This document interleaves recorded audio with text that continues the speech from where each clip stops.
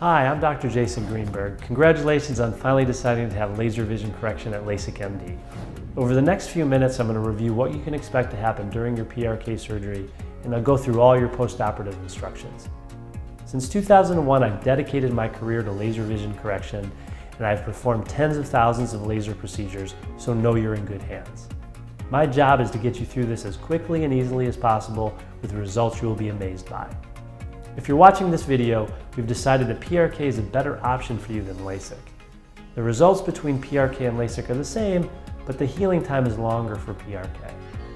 I had PRK in 1997 and my eyes are still seeing great.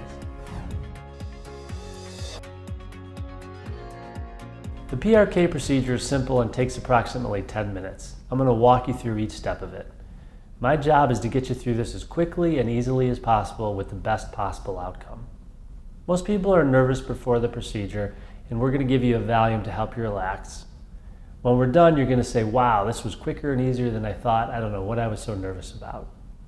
I'm going to walk you through each step of the process, and it's going to go faster if you hold still, so try not to move your head or your feet. The anesthetic drops will be placed in your eyes just before you start, so you won't feel any pain during the procedure, but you may feel a mild pressure. If there is any discomfort, let me know, and I'll do everything I can to alleviate it. While the laser's firing, you're going to hear some clicking sounds and you're going to smell an odor similar to burning hair. This smell is from the laser sculpting the cornea. Before surgery, remember to remove any makeup you have left on and wash off any perfume or cologne.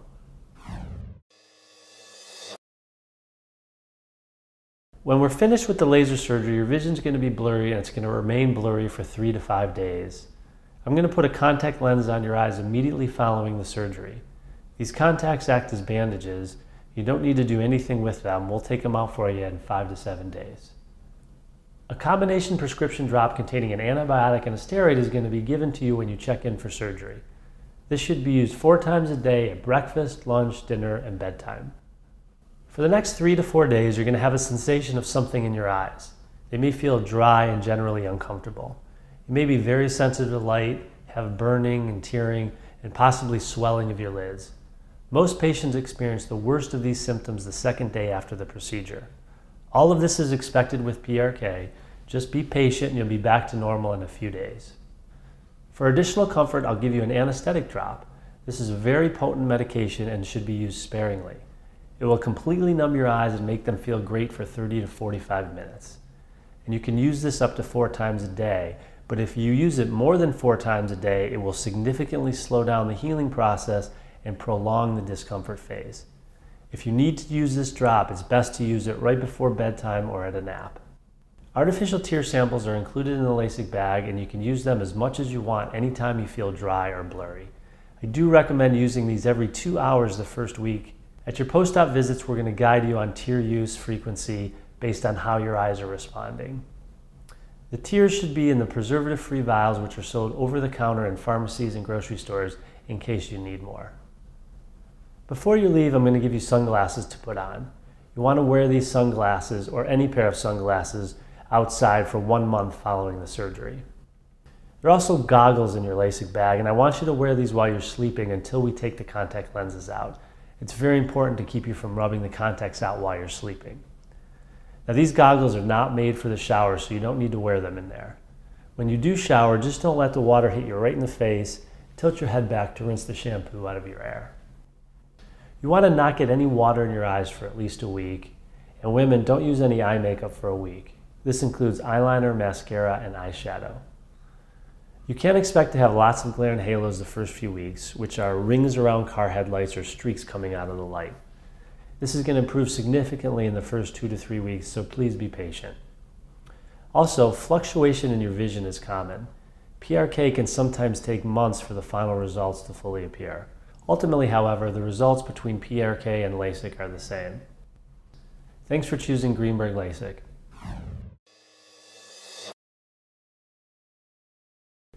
How should I use my eye drops? Use the medicated drops we give you at breakfast, lunch, dinner, and bedtime.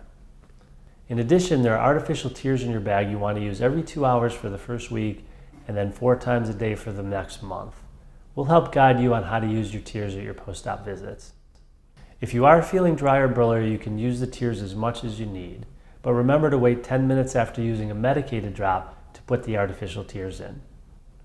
If you're having trouble getting any of the drops in, you can lie down, tilt your head back, place the drop right in the corner, blink a few times, and the drops will get right in.